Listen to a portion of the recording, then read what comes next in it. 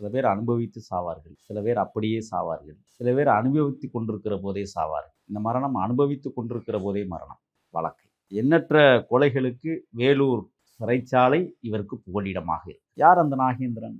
வட சென்னையில் பொன்னுசாமின்னு ஒருத்தர் ஹார்பரில் வேலை செஞ்ச ஒரு மனிதர், ஒரு அன்றாடங்காய்ச்சி மனிதர், வியாசார்பாடிக்கும் பக்கத்தில் சத்தியமூர்த்தி நகரில். இந்த வெள்ளை ரவிக்கு பக்கபலமாக இருந்தவர் தான் நாகேந்திரன். அதாவது பாக்ஸிங்கில் எல்லாம் ஒன்றா பழகிட்டு தெரிஞ்சதுனால ஒரு இயல்பான நட்பாக தொடங்கியது அது இவ்வளவு பெரிய இடத்துக்கு போகும்னு ஒரு நாளும் நாகேந்திரன் நினைக்கல. இந்த மாதிரி இதில் தான் 1990 சர்மா நகரை சேர்ந்த விசி என்கிற ரவுடி, மிகப்பெரிய சென்னை வட சென்னை ரவுடியாக வலம் வந்தவர். அவர்கிட்ட இருந்து தான் வெள்ளை ரவி மூலமாக அறிமுகப்படுத்துகிறார் நாகேந்திரன். இப்போ இது எப்படி அமையும்? கூடா நட்பு கேடில் முடியும் என்பதைப் போல விசியோடு கொஞ்சம் காலம் இருக்கிறாரு. அதுக்கப்புறம் வெள்ளை ரவியோட அவர் கூட்டு செஞ்சுக்கிறார். வெள்ளை ரவி இன்னைக்கும் பார்த்தீங்கன்னா அந்த வியாசர்பாடி சதுக்கம் ஒன்று இருக்கும். அந்த சதுக்கத்துக்கிட்ட பார்த்தீங்கன்னா ஒரு கோயில் கட்டியிருக்காங்க. காளியம்மா கோயிலோ மாரியம்மா கோயிலோ ஒரு கோயில் இருக்கும். அது வெள்ளை ரவி தான் கட்டுறார். கோயிலை என்ன செய்கிறாருன்னா மக்களுடைய பயன்பாட்டிற்கு கட்ட வேண்டும் என்பதற்காக வெள்ளை ரவி ஒரு கோயிலை கட்டுறார். அப்போ அதற்கு முழு பக்கபலமாக இருந்தவர் தான் நாகேந்திரன்.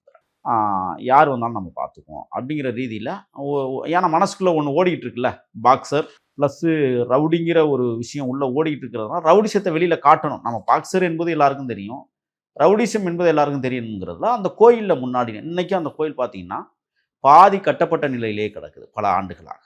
அது எப்போன்னா வெள்ளை ரவி அந்த என்கவுண்டருக்கு பிறகு இன்னும் அந்த கோயிலை யாரும் கட்டி எழுப்பலை.